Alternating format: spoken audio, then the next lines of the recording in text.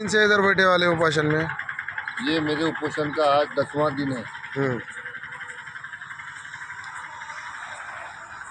लेकिन मेरे उपोषण को ये नज़रअंदाज कर रहे हैं। मुझे एक ऐसी बड़ी तकलीफ में छोड़कर ये सरकार में काम करने वाले प्रशासनिक अधिकारी यहाँ के कैंसरकारी उत्पादकों से मिलकर उनसे मोटी कमाई हासिल करते हैं। उनको उन उत्पादकों से ज़्यादा फ़ायदा है। अगर उदगीर में ये सुगंधित तंबाकू आधारित खर्रा व मावा पर कानूनी कार्रवाई होती है तो इसका सबसे बड़ा नुकसान अगर किसी को होगा तो हमारे यहाँ के जो प्रशासनिक अधिकारी हैं, चाहे वो पुलिस प्रशासन से हो, चाहे वो अन्न और औषधि प्रशासन से हो, इनको होने वाला है। ये अपने फ़ायदे के खातिर कानून का अपमान कर रहे हैं, कानून की बेइज्जती कर रहे हैं, जबकि संविधान ने इनको इजाज़त दी है। कानून अपने आप में एक आदेश होता है। कानून का आदेश है कि जो भी कानून के विरुद्ध काम करता है तो ऐसे लोगों पर कानूनी कार्रवाई होनी चाहिए। लेकिन यहाँ के प्रशासनिक अधिकारी अपने आप में ही कानून बने हुए हैं, अपने आप को न्यायाधीश समझ रहे हैं, अपने आप को न्यायपालिका समझ रहे हैं, अपने आप को शासन समझ रहे हैं। इनके इस स्वभाव से लोकतंत्र पर असर होता है। आज आम जनता का लोकतंत्र पे से विश्वास उठता जा रहा है, कानून पे से विश्वास उठता जा रहा है। इसका मुख्य कारण क्या है?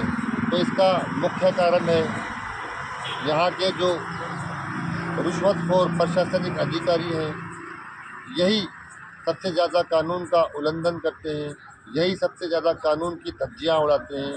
इनके नज़दीक कानून का कोई महत्व नहीं है। अब आम जनता भी यही समझने लगी है कि अब कानून का महत्व बाकी नहीं रहा। जो कुछ है यही रिश्वतखोर भ्रष्टाचारी प्रशासनिक अधिकारी ही हैं।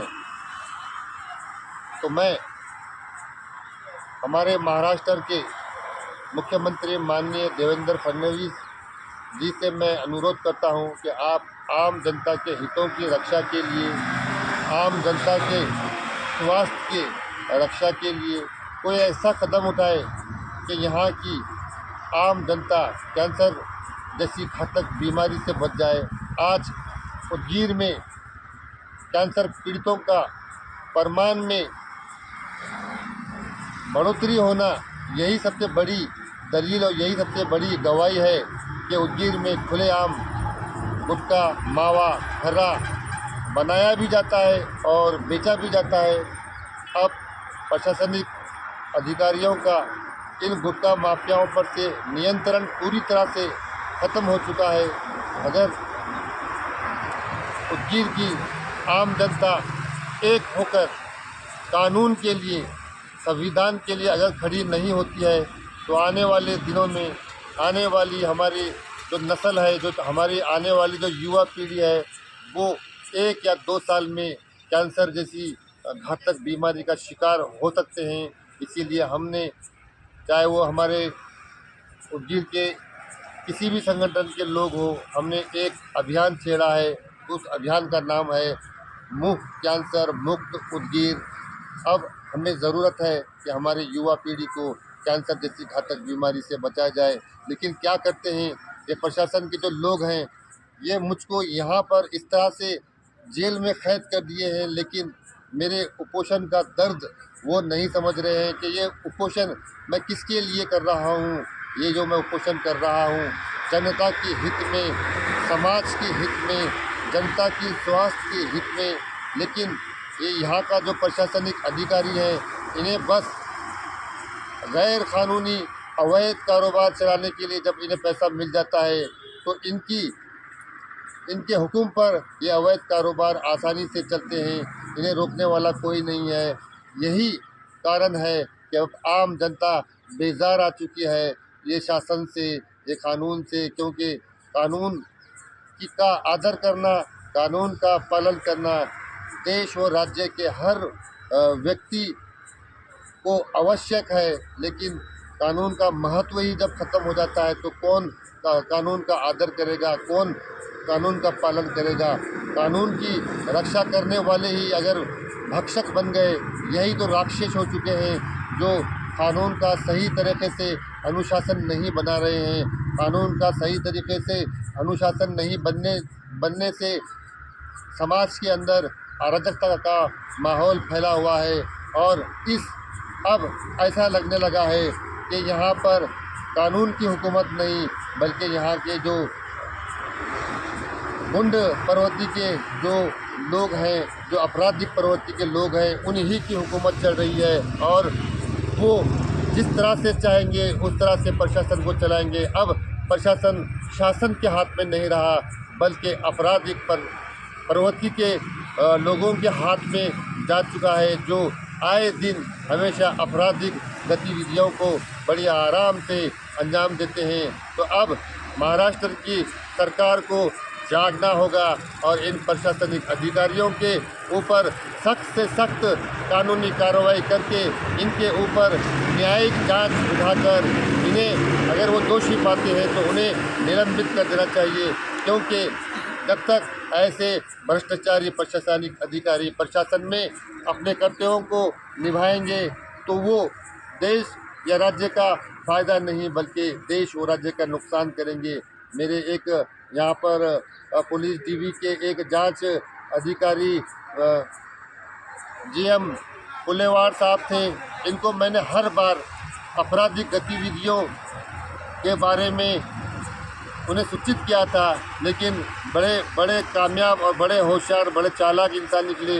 ये मेरी दी हुई माहिती को आपराधिक प्रवृत्ति के लोगों को जाकर बताकर उन्हें उजागर कर दिया और वो थोड़े दिनों के लिए अपने ये कारोबार छुपा दिए। लेकिन जब भी ये कार्रवाई करते हैं तो आपराधिक गतिविधियों के बड़े लोगों पर नहीं, बल्कि समाज के छोटे गरीब लोगों पर, 2-4 लोगों पर केस कर ये बताते हैं कि हमने कार्रवाई की। कार्रवाई तो उन लोगों पे होना चाहिए जो यहाँ के सबसे बड़े कैंसरकारी पदार्थ के उत्पादक हैं। इन्हें जब तक सज़ा नहीं देते तब तक उदगीर में हर्रा मावा और गुटखा खुलेआम बेचा जाता रहेगा और किसी अधिकारी की हिम्मत नहीं कि इन उत्पादकों को पकड़ सके। जय हिंद, जय महाराष्ट्र। आपको अगर जब यहाँ 10 दिन से बैठ के आपको अगर न्याय नहीं मिल रहा, इस असना में आपको अगर कुछ हो जाएगा तो उसका जिम्मेदार कौन रहेगा? आप मैं यहाँ के प्रशासनिक अधिकारी, उप जिला अधिकारी जो भी है, मैं इन्हीं के इसमें बैठा हुआ हूँ।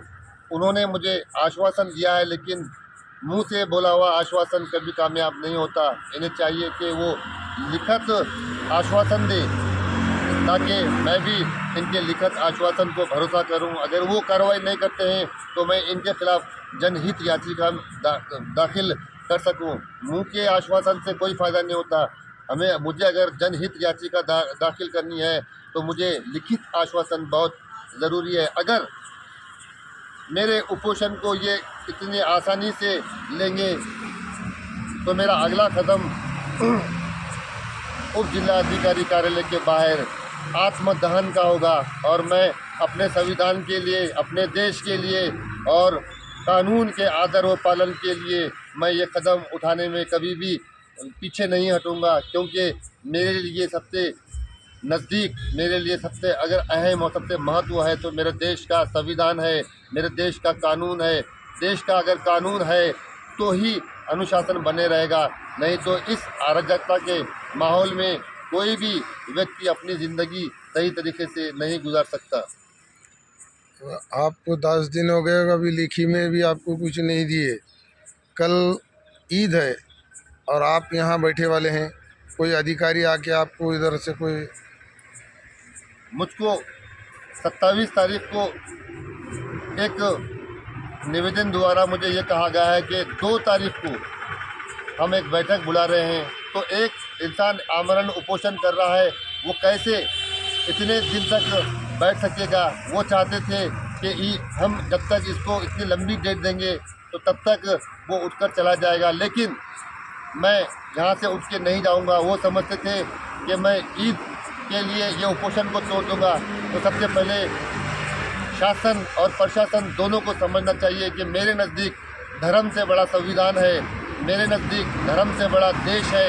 अगर जो जितने भी प्रतिबंध अधिनियम बने हुए हैं इनके मुताबिक अगर यहाँ के कैंसरकारी उत्पादकों पर कानूनी कार्रवाई नहीं होती है तो मैं क्या कर सकता हूँ। तो मैं अगले बारे में आपको आत्मदहन की तारीख, आत्मदहन की जगह मैं आपको बताऊंगा आपके चैनल के माध्यम से।